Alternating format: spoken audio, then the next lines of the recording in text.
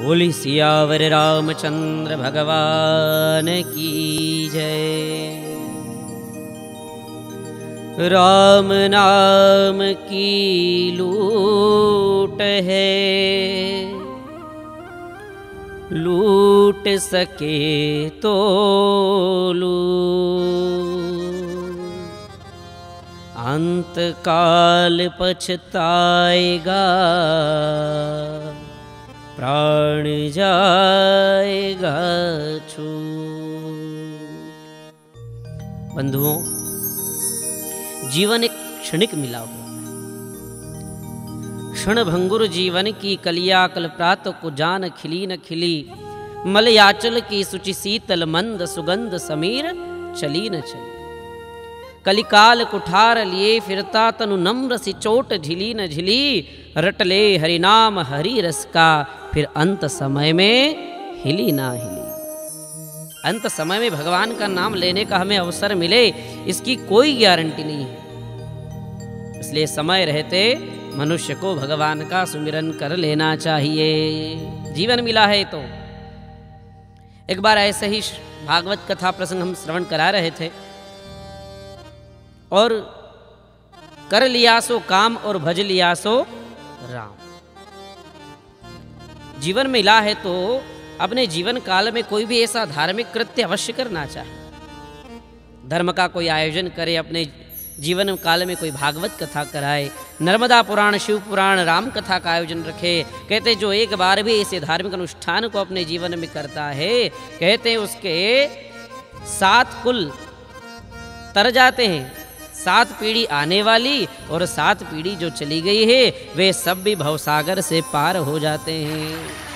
अच्छा, भागवत कथा आदि कराने से अपने घर के समस्त दोष, आज समय जो चल रहा है, कई लोग कहते हैं गुरुजी पितृदोष है, कई कहते हैं काल सर्प दोष है, कोई कहता है ऐसा दोष है। असली दोष तो हमारे मन में जो पाप है, छल है, इनको दूर कर दो तो सारे दोष दूर हो जाए। लेकिन फिर भी अगर कोई दोष है जन्म कुंडली में, तो निवारण के लिए श्रीमद् भागवत कथा ही श्रेष्ठ उपाय है। एक बार ऐसी कथा चल रही थी तो माताजी के मन में विचार हुआ कि गुरुजी मैं भी अपनी ओर से भागवत कथा का आयोजन रखूं, क्या भेंट लगेगी। हमने कहा देखो, भगवान की कथा तोली नहीं जाती, तोल मोल कथा में नहीं होता, और जहाँ तोल होता है वहाँ पर फिर कथा का भाव नहीं रहता, वो तो व्यापार हो गया। भागवत कथा भाव से की जाती है, और उसमें कौन सा भाव? बोले प्रेम का भाव, भक्ति का भाव होना चाहिए। माताजी को बड़ी प्रसन्नता हुई। अच्छा, क्या करना होगा?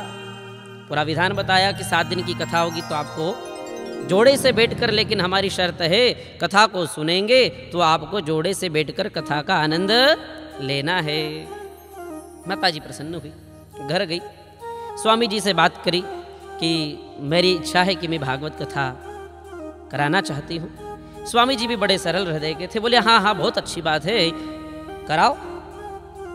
कितना खर्चा लगेगा? जितना लगे उतना मैं तुम्हें देने को तैयार हूँ। सकुचा रही थी बोलने में। अच्छा, 50,000 लगेगा? बोले नहीं। 1 लाख, 2 लाख? अरे जितना तुझे लगे उतना तो कथा के लिए खर्च कर, मैं तुझे देने को तैयार हूँ। पत्नी ने कहा स्वामी जी मुझे उसकी चिंता नहीं है, मैं तो आपको जानती हूँ कि आप बड़े श्रद्धालु हैं, और दान दक्षिणा देना आप उसमें कोई कंजूसी नहीं करेंगे, क्योंकि आपका प्रेम है। तो फिर चिंता किस बात की है? तू इतनी दुखी क्यों हो रही है? पत्नी ने कहा कि मेरे मन में ये विचार आया है कि कथा कराएं, तो मेरी एक शर्त है। इसमें शर्त की क्या बात है? बोले आप कितना भी पैसा दे दें, कथा भी हो, लेकिन मेरा आपसे निवेदन है कि जब 7 दिन कथा चलेगी तो आपको मेरे साथ बैठकर कथा को सुनना होगा। अब स्वामी जी ने इस बात को सुना तो थोड़ा सा उनके मन में आया, अरे क्या बात करती हो, मुझे मेरे पास तो एक समय, एक क्षण का भी समय नहीं है। इतनी फैक्ट्री चल रही, दुकान चल रही, धंधा चल रहा, व्यापार चल रहा, और समझती नहीं इतना सीजन है। मैं तुम्हें पैसा देने को तैयार हूँ, लेकिन समय देने को तैयार। पत्नी की आंखों में आंसू आ गए, विचार करने लगी, भगवान मैंने तो संकल्प लिया था कि जोड़े से बैठकर भगवान की कथा को सुनूंगी, लेकिन मेरे स्वामी के पास तो कोई समय ही नहीं है। रोते रोती गुरुजी के पास गई। गुरुजी, कथा तो कराने की बड़ी इच्छा है, पैसे की कोई कमी नहीं है, लेकिन मेरे स्वामी जी कहते हैं कि मैं तुम्हारे साथ बैठने को तैयार नहीं हूं, समय नहीं है, समय नहीं है। गुरुजी ने उसकी बात को समझा और कहा कि ठीक है, कल जाकर थोड़ा सा आप मेरी तरफ से 2 बातें कह देना। गुरुजी की बातों को सुनकर के बड़ी संतुष्ट हो गई। अगले दिन अपने स्वामी जी के पास पहुंची और स्वामी जी से हाथ जोड़कर निवेदन करने लगी कि आपने क्या विचार किया, आप मेरे साथ भागवत कथा में 7 दिन का समय दोगे या नहीं दोगे। स्वामी जी ने कहा, देख बहुत समय व्यस्त है, बहुत काम है, और बाद में फिर कभी समय मिलेगा तो जरूर मैं तेरे साथ बैठकर कथा को जरूर सुनूंगा।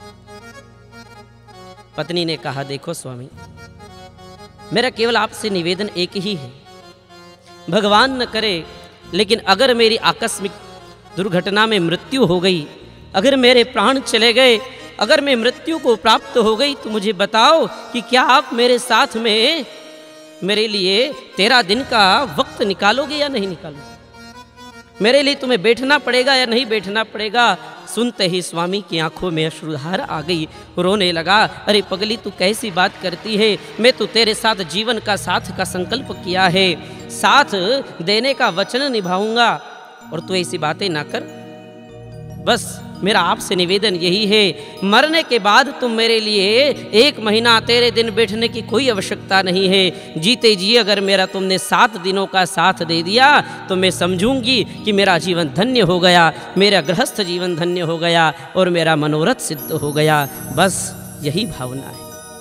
सुनते ही स्वामी के मन में करुणा आ गई और संकल्प ले लिया कि यह सारा जीवन व्यर्थ है। अगर जीते जी हम किसी के दुख में साथ में नहीं है, किसी के कष्ट में साथ नहीं आए, किसी के परहित के कार्य में नहीं आए, तो जीना निरर्थक है। धर्म करना हो, पुण्य करना हो, तर्पण करना हो, श्राद्ध करना हो, दान देना हो, तो मनुष्य ध्यान देना बंधुओं, ये समय आज है और अभी है, कल पर नहीं छोड़ना चाहिए, क्योंकि कल पर छोड़ा गया कोई भी कार्य पूर्ण नहीं होता है। कल कर लूंगा, इसलिए आज समय मिला है।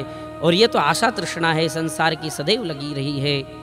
मन मरा माया मरी, मन मर गया शरीर, आशा तृष्णा ना मरी, कह गए दास कबीर। इसलिए जितना हो उसमें संतुष्ट रहें, जो प्राप्त है वही पर्याप्त है, और जितना भी हो सके भगवान को समय दे, क्योंकि कलिकाल केवल नाम, भगवान का नाम कीर्तन ही है। और आज के समय में कीर्तन चल रहा है ना, जगह जगह हम देख रहे हैं भगवान के कितने कीर्तन होते हैं। कहीं भगवान श्री खाटू श्याम जी का कीर्तन हो रहा है, कहीं राधे श्याम का कीर्तन हो रहा है, कहीं भगवान के राम कथा प्रवचन आदि हो रहे हैं, नाना प्रकार के भगवान के सुंदर कांड हो रहे हैं। तो हम भी भगवान का, क्योंकि भागवत कथा के अंतिम श्लोक में कहा है कि नाम संकीर्तनम यश्च सर्व पाप प्रणाशनम प्रणामो दुख समनस तम नमामिम हरिम परम। भगवान के केवल नाम लेने मात्र से ही मनुष्य के, प्राणी मात्र के दुख का नाश हो जाता है। बोले श्री कृष्ण कन्हैया लाल की जय।